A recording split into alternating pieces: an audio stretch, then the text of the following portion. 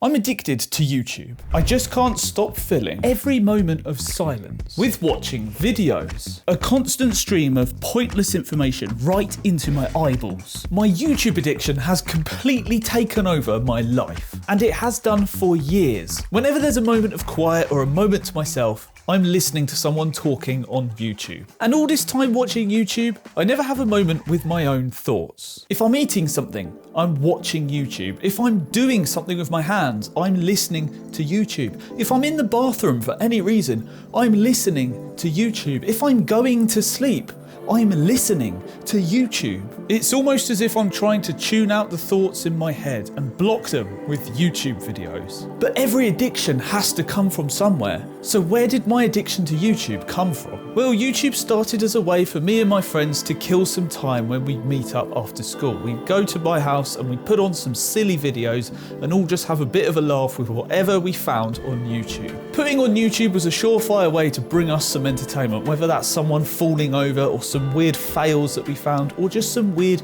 music that we found. There was always something strange to be found on YouTube. But then I started finding gaming content and I started listening to YouTubers talking about games, and I found myself totally engrossed in finding these videos. I found myself listening to these videos late into the night, and I would inevitably fall asleep while the video was on.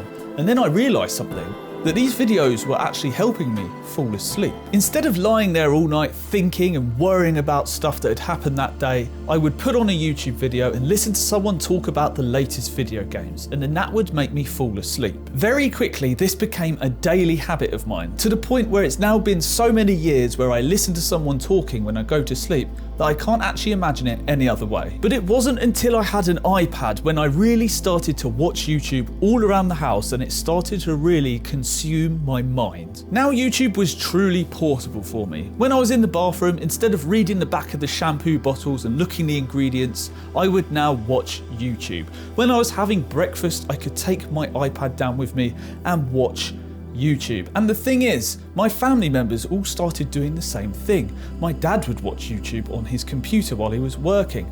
I would watch YouTube whenever there was a blank moment. Instead of having those family moments where we sit down and have dinner together, we would now go off and have dinner in our own rooms, and we would watch our own content on our accounts of YouTube. And in this way, watching YouTube videos actually became very isolating. Although we were now listening to people all across the world and talking about things that we were particularly interested in, we were isolating ourselves from those around us. And then the content creation bug started kicking in. Because I was seeing all this content about things I was interested in, I started wanting to contribute. I started wanting to make gaming videos. I started wanting to do commentary videos, and my addiction with content creation really started to kick in. YouTube had now solidified itself into the social fabric of my life. No longer would I ever put on the TV to watch something. No longer would I even think about reading something. I would now load up YouTube. I would listen to exactly what I wanted to listen to,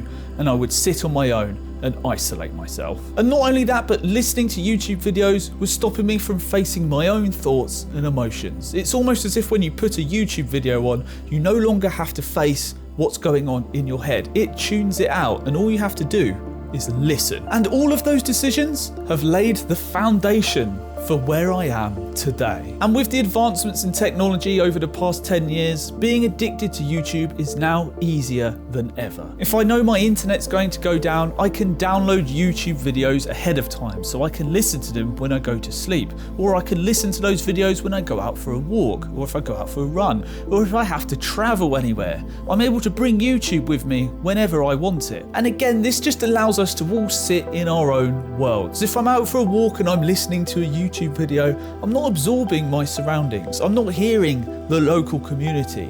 I'm in my own bubble and I'm in my own world. So I'm YouTube addicted. You're probably YouTube addicted. But where do we go from here? Well, the first step to any addiction is to actually just admit that there's a problem. When I think about those times when me and my dad were in separate rooms eating our dinners, watching our respective YouTube videos, it makes me feel sad. Sad for the times that we didn't share. Sad for the times where we were isolated, just sitting on our own.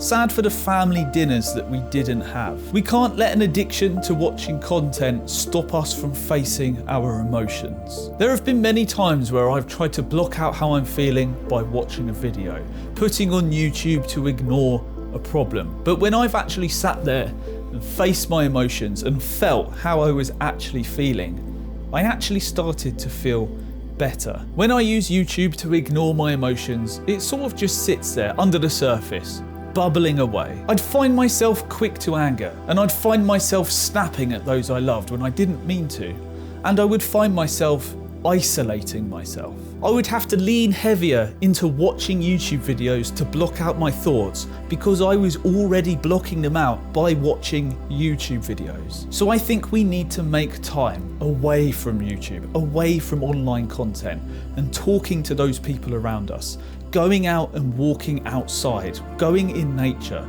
and allowing yourself to actually feel the emotions that are happening inside of you. When I first thought about my relationship with YouTube and realised that I had a content addiction, I didn't realise that it would run so deep. But with most addictions, they're usually there because you're trying to fill a void that's in your life. And for me, YouTube has always been about escapism. It's been about getting away from what I'm thinking, getting away from how I'm feeling. And just for a little bit, I can feel normal. I've now been using YouTube actively. Instead of passively watching content, I'm actively creating content. And I found through taking action and making YouTube videos, I've been able to channel my emotions into something and create something meaningful to me. And taking action has been helping me feel so much more positive in my day-to-day life. So I want to leave you with this. If you're struggling with addiction of any kind, whether that be watching YouTube or something else, try taking action and let me know how you feel. Thanks for watching.